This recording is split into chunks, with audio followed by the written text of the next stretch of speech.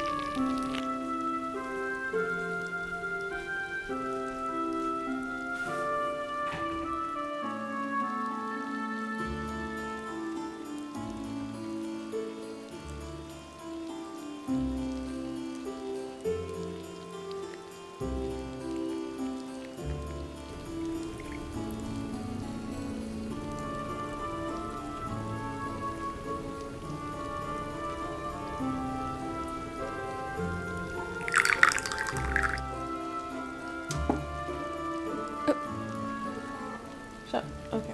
There is a cat hiding in the bush. Pay him no heed. If he offers you a side quest, don't believe him. He's a liar. Good evening. I am so glad you found your way back here once again and so soon. We do have new selections in, but I made you your usual. I hope that there's... Oh, he's still there? Yeah. It's okay, we might have to call security soon, honestly. There won't be any loot playing tonight, I'm afraid, but I am glad you're here because I do have a few questions for you. Did you bring your resume? No? Okay. It's okay that you didn't. That's fine. I'm just gonna ask you a few questions. I hope you're prepared. Okay. Do you play the hurdy-gurdy? No? Okay. Do you have any experience with strumming a harp? No. Okay. How about the portative organ? Once at a great aunt's funeral. Okay. Brought them to tears. Well, maybe it wasn't the right kind of... do you play the psaltery? No? Okay. How about the sackbut? Do you have any experience playing the sackbut?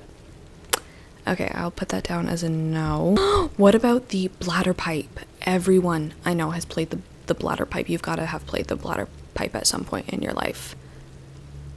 Oh. Okay, I'll put you down for once while inebriated, but did not go over well. Last question. Do you play the harpsichord? You do! We are saved. Oh my gosh, thank you. Okay, you are hired, and you are going to start at 8 p.m. on the dot. Okay, harpsichord is in the corner. Starting at 8 p.m. you can do Renaissance covers, but once it hits 10 p.m. please only stick to Baroque. Okay, we only want the Baroque in here after 10. Okay, hired. Here's your tea. I don't have anything to pay you in. What's that? You want to be paid in book recommendations? Okay, I can give you in return book recommendations and book warnings, i.e. stay away from this certain book. Well, fantastic. I'm here to tell you everything that I read in April. I hope you're ready for a lot of book warnings because I DNF'd a lot of books in April. I put down so many books in April, and I'm actually here to start you off with a DNF. The first book that I put down in April, I was really heartbroken about because I really wanted to love this.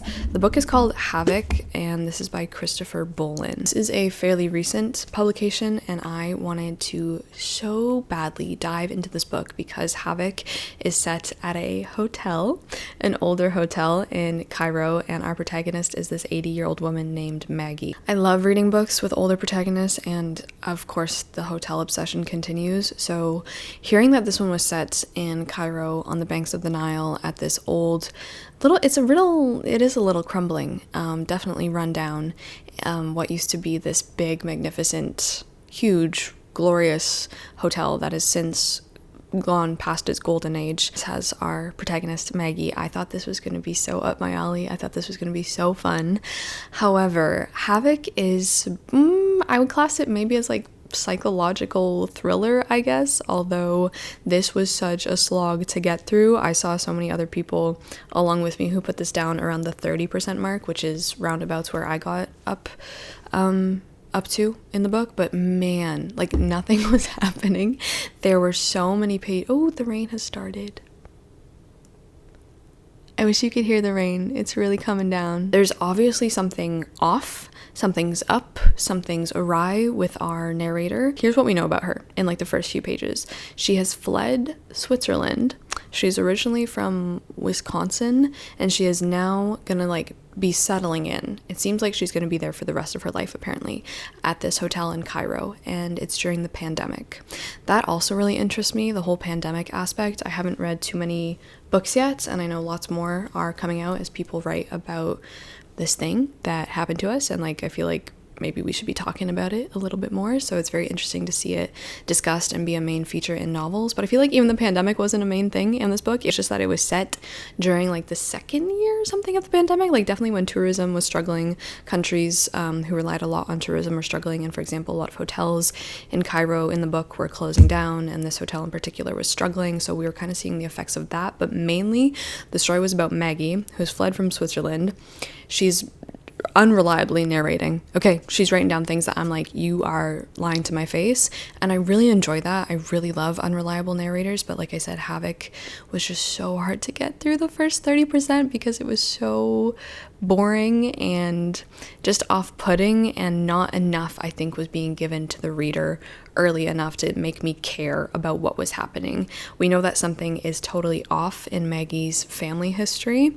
She appears to be a grieving widow for her husband, and she keeps telling the reader she just thinks about her husband all the time. I did go and spoil myself for this book after deciding to put it down, and I have no regrets putting Havoc down. I managed to make a setting and a character, both of which normally I would love to follow, be so interested in following. It managed to make them very flat, very stale, and just not very engaging at all. This book does follow eventually Maggie getting obsessed with this one family, is she a single mother? Kind of. Single mother and her young, I think he's 8-year-old son who come to stay at the hotel. She kind of becomes obsessed with this family. If you think that sounds interesting to you, give it a try, but for me, Havoc just did not work. I found it really hard to get through. That is the first DNF of the month. There are many more to come, many more for me to tell you about, but I want to skip on to something that I loved, that I had such a good time with, and that I just was so happy that I finally found an audiobook that I could sink my teeth into, be really excited to pick up, and just have it as a companion. It reignited my audiobook spark, and that is Spark of the Everflame by Penn Cole. This is the first book in, I think the series is called Kindred's Curse, if I'm not mistaken. Love this. This one I heard about because it has been making the rounds on, well, I guess it was making the rounds on BookTube like 6 months ago, because my watch later playlist of all the book channels I watch on YouTube, I'm always like 5 or 6 months behind. So I guess like 5 or 6 months ago, Spark of the Everflame was quite popular, and I was like, okay, let's pick it up and let's find out. And I was very happy. Very happy that I really enjoyed this. I gave this 4 stars. Spark of the Everflame is, I guess, classed as fantasy romance, but to be honest, it is not heavy at all on the romance in book 1. It's kind of just like a nice fantasy that I really enjoyed. Okay, so we have Diem. Diem is very close to her mother. In fact, she's like inherited her profession as healer. Like, she's just a fantastic person to heal and mend your sorrows, both bodily and kind of otherwise. She's kind of just a great person to talk to and have around you. She's very loyal, and she's kind of the person who deals with like the toughest patients mentally, like the people who are very grumpy or very just so down about certain injuries that they have. Like, she's the one that the healers are going to send to deal and heal these people. The novel opens with her mother's disappearance. No one knows where she's gone. They don't know if she's died, if she's been kidnapped, if she's been taken by the certain people of this world for different reasons, and we just don't know. Diem obviously is devastated. She lives with her adoptive father and her, I guess, half-brother. Diem really suspects that the descendants are behind her mother's disappearance, and in the Spark of the Everflame world, descendants are descendants of the gods who have mated with, I guess, mortals, and they have produced the descendants. So descendants are very long-lived. They can heal themselves when they're injured, and they have other special abilities. And in this world, the descendants have all of the power, all of the money, live in super luxurious palaces, and people like Diem, who is a mortal girl, like, she has nothing, and her people are very, very poor. Basically, the mortals are kind of just confined to little bubbles, little neighborhoods, little areas, cities. In fact, her city where she lives is just called Mortal City. Diem, her mother has always kind of forbidden Diem to get near the descendants, even though Diem's own mother has famously worked at the palace for a very long time. But when Diem's mother disappears, Diem is like, okay, I'm going to take over her job and kind of see what's really going on here. Why haven't I been allowed to get close to them? Why has my mother always instructed me to take this powder? Why am I taking this powder every day? I thought the pacing of this was fantastic. I thought the writing was pretty strong. Being attached to all of the characters, I gotta say the audiobook narrator did a fantastic job. It's gonna be a hard toss-up for me whether I want to continue this on audio or read it physically, because the next book is like pretty long. I was just really pleasantly surprised with this. We have a lot of different storylines going on. We follow a lot of characters. It was very addicting, and I gotta say I was really in love with this, and I cannot wait to see where it goes. We hit the part of the month where I finally filmed and put out my first episode of Move It or Lose It, which is kind of my version right now of Read It or Unhaul It, although you guys have suggested so many good names. Maybe each episode, honestly, I could just like use one of your suggested titles as the title of that episode. But this series is all about basically trying to see if there are any books on my shelves. First of all, like reading ones that I've had on there for like way too long. Like, why have they been sitting there for so long? The main goal of like Move It or Lose It is trying to see if there are any books on my shelves that like there's any possibility that I am not going to want to have with me or move with me when I move for grad school. So just trying to like shrink my home library so that moving all of these books isn't like such a pain. With that in mind, I did make some good predictions of which books might possibly be getting lost, shall we say, or getting donated to little libraries. First of these books that I DNF'd was A Fate Inked in Blood by Danielle L. Jensen. This was everything that I hate about fantasy romance. I really do not like this book. This is my second Danielle L. Jensen that I've tried and DNF'd, the first being The Bridge Kingdom, but this was her newer release. Ooh! A Fate Inked in Blood is a Norse mythology-inspired fantasy romance. My main problems were just that the writing was pretty poor. The characters were so stale, so flat, so one-dimensional. Everything was like very, I don't know. It was just like, okay, I'm gonna write one scene, and then I'm gonna write another scene, and then I'm gonna write another scene, and that is the book. I just felt like there was no cohesion. Things flowed very sloppily. It's just the kind of book where you kind of feel like you're a prophetess when you open it. Like, you read the first few chapters and you're like, okay, I can see exactly how the rest of the book is gonna go, and I just don't really want to be there for it. In this one, we follow Freya, and she has had these powers, or she's had some prophecy about her whole life that I don't even know if she was really aware of. But regardless, her family has told her to hide any power that she has because maybe she's just a little bit too powerful. Maybe people want to use her for these powers, and so she's been forced into an unhappy marriage with another man who does have powers as well. Can have different powers if they are considered like children of the divine or children of the Norse gods. Freya's powers are a little bit different, and one day she accidentally reveals them in a moment of combat. Before Freya knows it, she's revealed her powers, and the Jarl is like, oh, you're actually gonna marry me now. You're coming home with me because there's a prophecy about you and the person who possesses you or marries you or who has you in some capacity. She's gone home with the Jarl, but she is quickly falling for this guy's son. The snow could not save this one for me. I thought this was really poorly done, and I'm just not interested in reading, I don't think, any more Danielle L. Jensen. I was willing to give her a second go, but I think this is where we part ways. So I DNF'd this book. I got 180 pages through this book, which was almost halfway, but gonna DNF it. And then if you watch the video, you know that I actually did finish a couple books of the ones that I thought I was gonna unhaul. So I ended up finishing Legends and Lattes by Travis Baldree. This was the second book that I pulled in the video, and I was so sad about this one. I was actually so sad about this one. This was my second time trying to read Legends and Lattes, and I ended up giving it around like 2 stars, which I am just gutted about because I really wanted to love this. It sounded so cozy. It is, of course, cozy fantasy where we follow an orc who's retiring. She wants to settle down and open a coffee shop, but she's opening a coffee shop in a location where no one has ever heard of coffee. They don't know what it is. They don't know the power of the bean water. Of course, it's about her making friends, hiring people, expanding and building, in fact, the whole coffee place. It just felt really flat for me. I think honestly, it felt like a children's book. I think this should have been a children's book. I think that's it.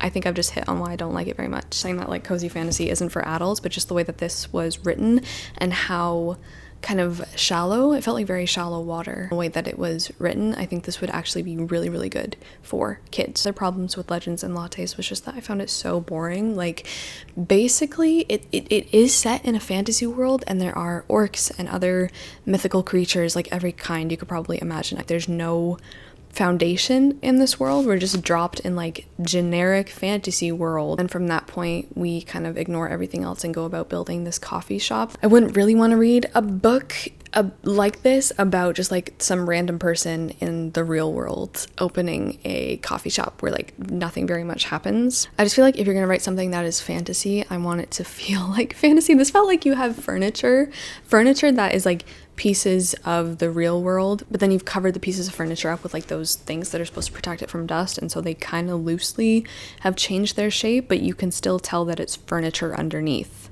I don't think that's making very good sense. Like, yes, there are certain magical objects in here, but at the end of the day, it really just felt like you were watching someone open a Tim Hortons. If you don't like the kind of writing that is like, she rolled out of bed and put her feet on the floor, she walked to the bathroom and brushed her teeth, then she opened the windows to let the sunlight in, she went downstairs to brew a new batch of coffee, the customers were trickling in, she seated them here. I'm sad about this because after I finished it, I was like, you know what, I really wanted to love that so much. I really needed something sweet, cozy, slow-paced, but this was not, just did not work for me. So yes, this will be another unhaul from that video for sure. Last DNF from that video for me was The Plant Hunter by T.L. Mogford. Look at this cover. This one, I just had a sinking feeling in my stomach that it wasn't going to work for me because this is set in the Victorian period. It is a piece of historical fiction, and it is about the plant hunters of England in this case. So we follow this man named Harry, and he is a plant hunter, so he travels to different countries and discovers plants and brings them back to England to exhibit, to store in greenhouses, and I guess in certain occasions to sell to quite rich customers. I think the writing felt a tiny bit stuffy, and I was just really not interested in following Harry. Oh god, Harry, I'm sorry, I can't, I don't want to go with you anywhere that you go. Oh my god, though. I can't stop talking about the way that this book smells, though. Like, this book wins the award for, like, best smelling book that I've smelt in quite a long time, I have to say. It's just insane. And thank you guys so much for your recommendations of different, like, scents or perfumes or candles that smell like books, because, wow, that's just... I need that smell in my life. And if you are in the mood for historical fiction, which I have not been in the mood for historical fiction since like 2016, this could be the one for you, because Harry does eventually get like this map. He gets handed this mysterious map, and he starts to hear about this tree called the Icicle Tree, which was last heard of in the travels of Marco Polo, and so he heads over to China, and you follow him on his journey going to China to like find out about this elusive icicle tree. Sadly, that is the Plant Hunter. I would really like to find someone who would like love this book, so that is that guy. And then I finished one more book from the video. This is the last book I finished, and that is an Agatha Christie. I can't believe Agatha Christie let me down. I never thought I would see the day, honestly, when Miss Christie let me down. I'm so sad about it. I'm actually so sad about it. So this book is They Came to Baghdad, and this is not a Poirot of hers. This is not even really a whodunit. This is set during the Cold War in Baghdad mostly, and it is more of like a spy novel. But I really did not like it. It just did not have... I don't know, this one felt so different to me from everything else that I've read from her, and like I get it, it's supposed to be different, but I just did not like this side of Agatha Christie. I was not engaged. I did not like following the characters. There isn't per se a detective figure in this book, but we certainly do have Victoria Jones, who is kind of stuck in the middle of everything that is happening, although she's put herself there, because when she gets fired from another job in England, she is sitting in the park being like, what the hell am I gonna do with my life? I guess I gotta go find somewhere else to work. And she meets this man randomly, Edward, who is sitting there, and they strike up a conversation. He decides after he's gone, because like, oh, I actually have to go leave for work and I'm going to Baghdad, she decides very spontaneously that she is just going to follow him to Baghdad. Even though he's already gone, he's left, she doesn't know his last name, she doesn't know where she can really reach him.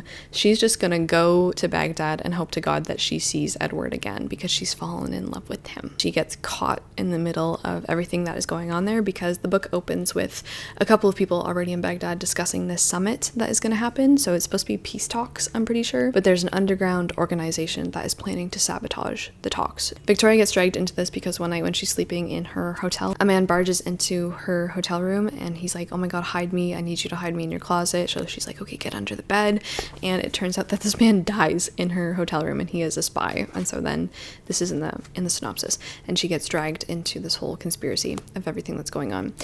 This book took so long to get going. It took so long to get into any part of like action or anything. It is setting up for years and years and years, but I feel like it's set up that frankly doesn't even need to happen. I guessed and figured out what was going on about halfway through, and so then it was just so frustrating for the rest of the book. And I'm honestly not very good, as we've seen in my like trying to solve Agatha Christie novels. I'm usually not very good at piecing together who is the suspect, at least in her whodunit, but I just feel like the spy novel is not what she is suited to, or at least just maybe not this one. I don't know. If you've read any other Agatha Christie's that aren't her regular whodunits, let me know. Let me know so maybe I can steer away from her spy thriller-ish novels. But yeah, I just felt like this was a pretty weak book, and this one is also going to be lost to me. You're lost to me. Anathema.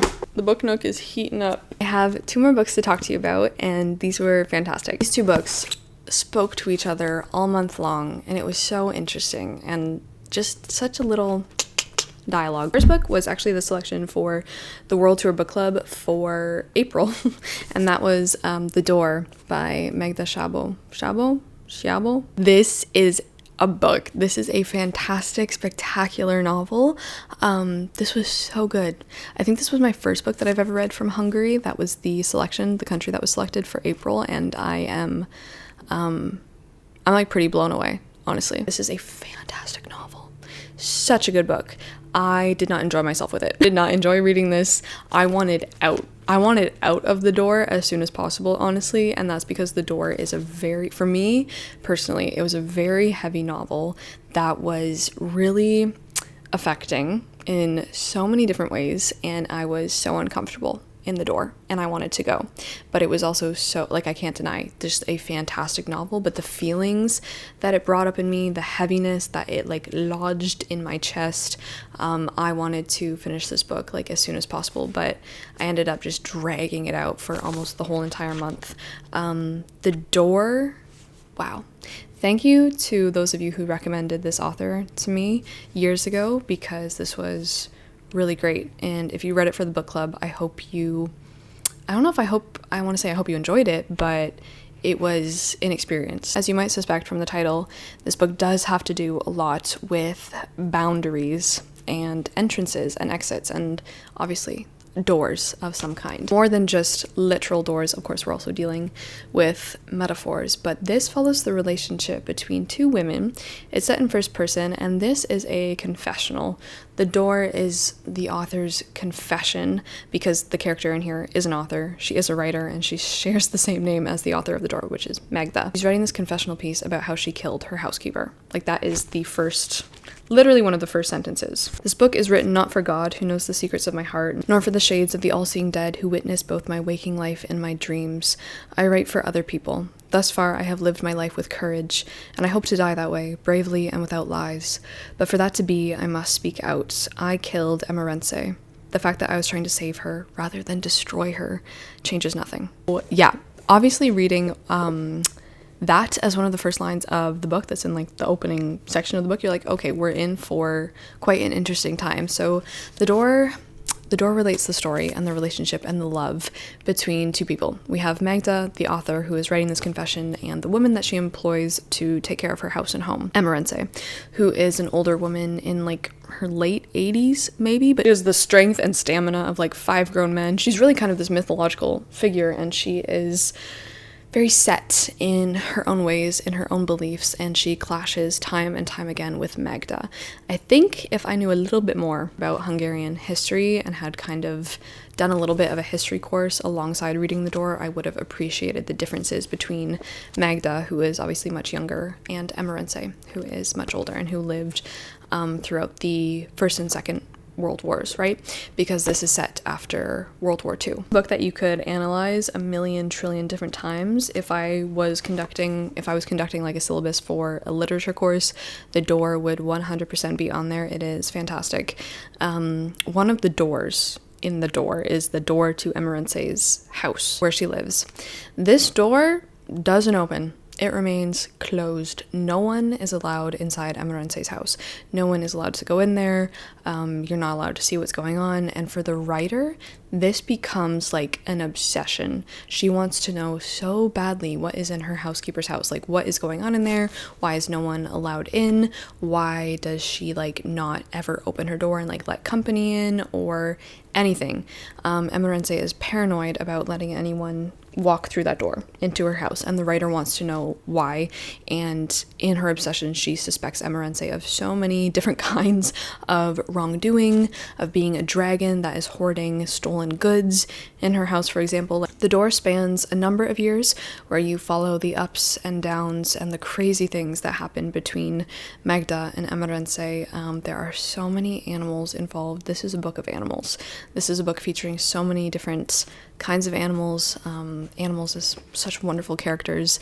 They're not pets, they're not objects, they are people too, and that is very much Emerense's view. She is such a lover of animals. And Magda, for all of her supposed sensitivity and understanding and creative mind, as a writer, she cannot for the life of her figure Emerense out, and really is the more infuriating character to follow is our narrator. This is a book where the author just makes you feel every single thing, and like the people are so real. Like, it doesn't feel like a novel, it really does feel like a confession of something that actually really truly did happen. Yeah, these people are real, and if we went back in time, they would be there, and it's just wow. But like I said, this is deeply uncomfortable because boundaries are constantly being crossed. And of course, we know from the start that the, I guess, ultimate boundary of life or death was breached in some way, and that the writer has confessed, like, I was the one who breached that boundary. This is like haunting throughout the whole book. It's like a little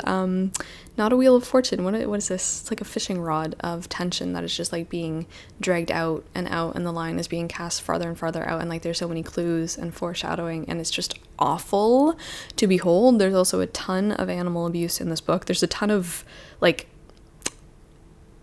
horror. This book is horrifying. There's so many horrifying images, so many awful things in Emerense's past that you learn about. Like, you obviously learn why she is the way she is. She's a very peculiar older lady, and she is absolutely fascinating in the end. I really loved Emerense, and I really despised Magda. This was just so good, but so affecting, and I wanted out so bad. And like I said, the ties to mythology are very interesting because it really does read like a Greek tragedy to me. And I was reading Greek tragedy at the same time reading this, and then I would turn a page and there would be so many references to Agamemnon, the gates of Argos, where he lived, and like the lions on the gate, as Cassandra is like brought into the house of Agamemnon, which again deals so much with doors and entranceways and that boundary line, which was so cool to examine because like I was literally reading Agamemnon at the same time that the author in here was describing like these mythological scenes and how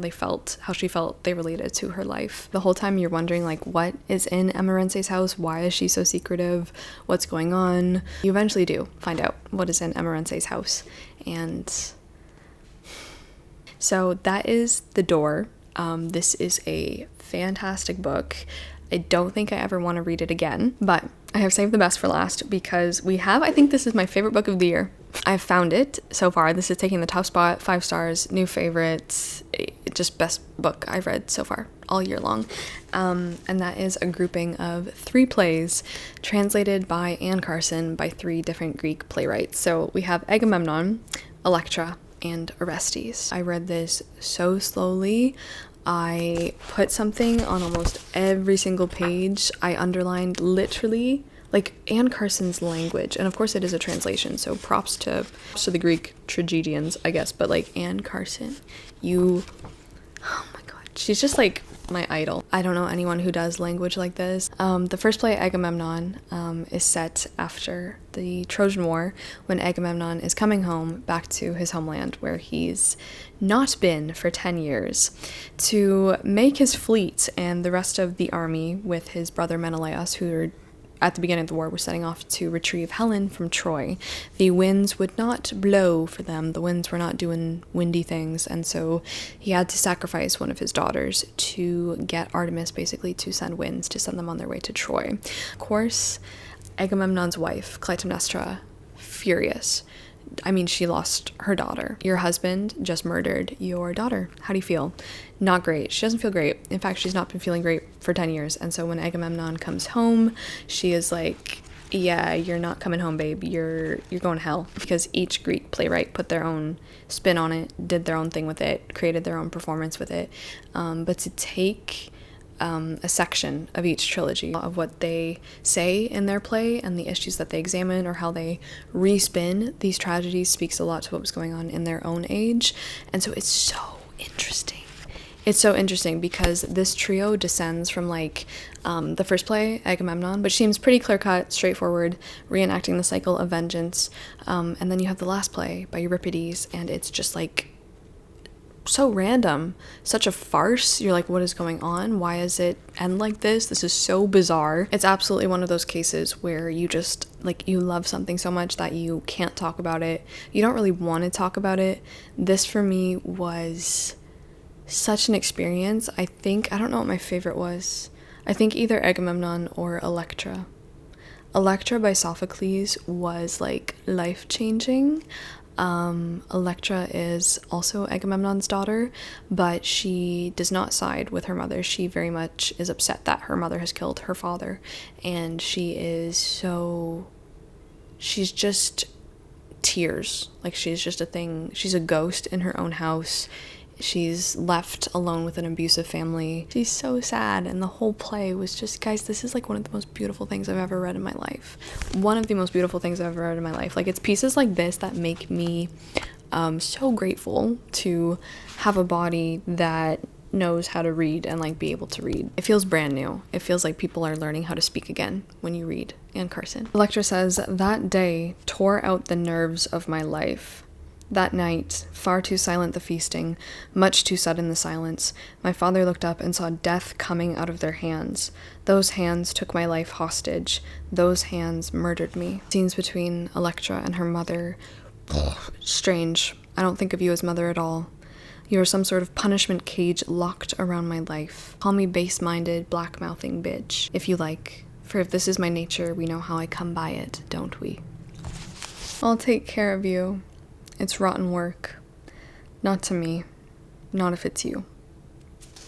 There are no words. 5 stars. This was just fantastic from start to finish. I'm obsessed with this. I would reread this every single day if I could, and my favorite book of the year so far. So, yeah. Oh, my friends at the Book Nook. That is everything that I read in April, everything that I read in DNF'd. And to you, thank you so much for being voluntold to be my harpsichordist. So, you are on in 10. It's horrendously out of tune, but you're gonna do great. Some Vivaldi going, and it'll be lit. Thank you for hanging out on a sleepy, cozy, rainy afternoon. I cannot wait to film the next episode of Move It or Lose It. And until then...